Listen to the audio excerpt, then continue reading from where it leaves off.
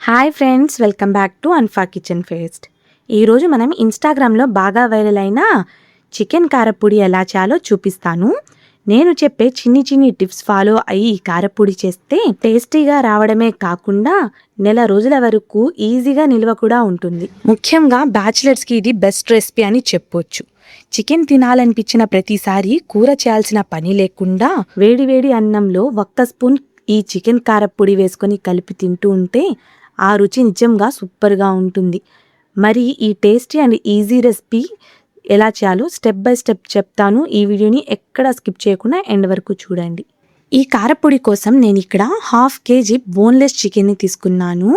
ఈ కారపొడి కోసం తప్పకుండా బోన్లెస్ చికెన్ మాత్రమే తీసుకోండి. చికెన్ని శుభ్రంగా కడిగి ఈ సైజ్ పీసెస్ లాగా కట్ చేసుకోండి. చికెన్ సైజ్ ఎంత చిన్నగా ఉంటే ఫ్రై చేసేటప్పుడు అంత తొందరగా ఫ్రై అవుతుందండి.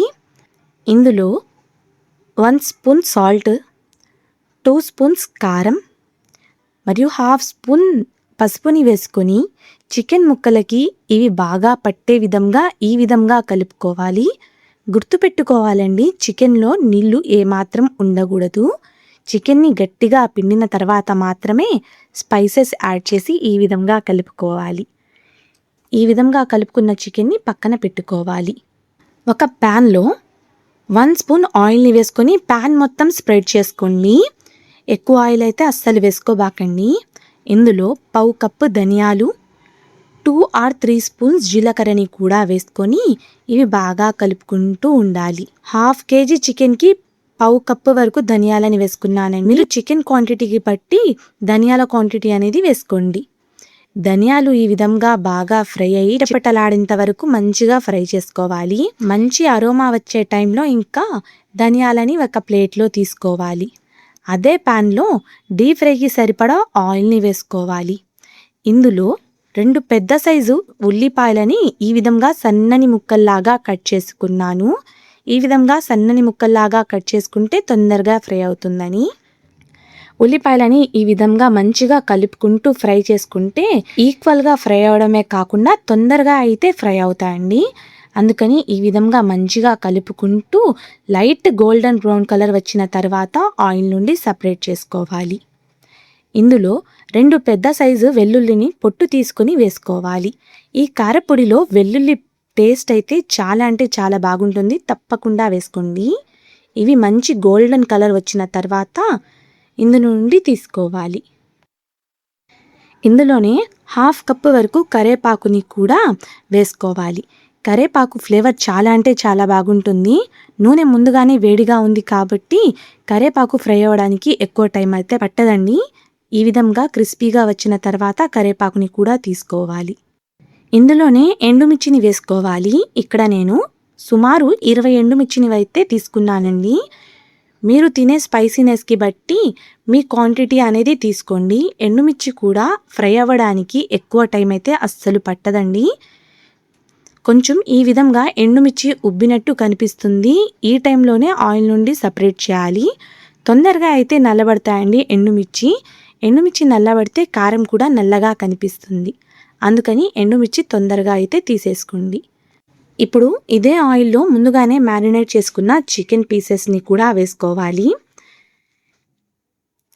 ఈ విధంగా మొత్తం చికెన్ పీసెస్ని వేసి ఏమాత్రం కలపకుండా ఒక 2 నిమిషాల పాటు చికెన్ని ఫ్రై అవ్వనివ్వాలి. ఎందుకంటే చికెన్ని మేము కంటిన్యూస్గా కలుపుతూ ఉంటే చికెన్లో ఉన్న కారం ఆయిల్లోకి స్ప్రెడ్ అయ్యి ఆయిల్ మొత్తం రెడ్ కలర్లో వచ్చేస్తుందండి. అందుకని చికెన్ కొంచెం ఫ్రై అయిన తర్వాత మాత్రమే ఈ విధంగా బాగా కలుపుకుంటూ ఉండాలి.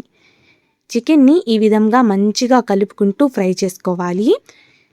కారం నిల్వ ఉండడానికి ముఖ్య కారణం చికెనే అండి. చికెన్ని మేము ఎంత మంచిగా ఫ్రై చేసుకుంటే కారం అన్ని రోజుల వరకు స్టోర్ చేసుకోవచ్చు. చూసారా, చికెన్ ఈ విధంగా మంచి గోల్డెన్ రెడ్ కలర్ వస్తే చికెన్ బాగా ఫ్రై అయినట్టు. ఇదే విధంగా మొత్తం చికెన్ని ఫ్రై చేసుకొని రెడీగా పక్కన పెట్టుకోవాలి. ఇప్పుడు ఒక మిక్సర్ జార్లో ముందుగానే ఫ్రై చేసి పక్కన పెట్టుకున్న జీలకర్ర, ధనియాలని వేసుకోవాలి. వీటితో పాటు ఎండుమిర్చిని కూడా వేసుకొని ఒకసారి మంచిగా గ్రైండ్ చేసుకోవాలి. ఈ విధంగా గ్రైండ్ చేసుకున్న తర్వాత ఇందులో కరివేపాకు, వెల్లుల్లి, ఉల్లిపాయని కూడా వేసుకొని మరోసారి పల్స్ మోడ్లో గ్రైండ్ చేసుకోవాలి. గుర్తు పెట్టుకోవాలండి, తప్పకుండా పల్స్ మోడ్లోనే గ్రైండ్ చేసుకోవాలి. ఎందుకంటే వెల్లుల్లి మరియు ఉల్లిపాయలో ఉండే తేమ వల్ల తొందరగా మెత్తగా పేస్ట్ లాగా అయిపోతుంది. అందుకని ఈ విధంగా పల్స్ మోడ్లో గ్రైండ్ చేసుకోవాలి. ఈ విధంగా గ్రైండ్ చేసుకున్న తర్వాత ఒకసారి ఈ విధంగా బాగా కలుపుకోవాలి. కలుపుకున్న తర్వాత ఇందులో 1 స్పూన్ వరకు సాల్ట్ని వేసుకోవాలి. చికెన్లో మేము సాల్ట్ ముందుగానే వేసుకున్నాం కాబట్టి మీ రుచికి సరిపడా సాల్ట్ని వేసుకోండి.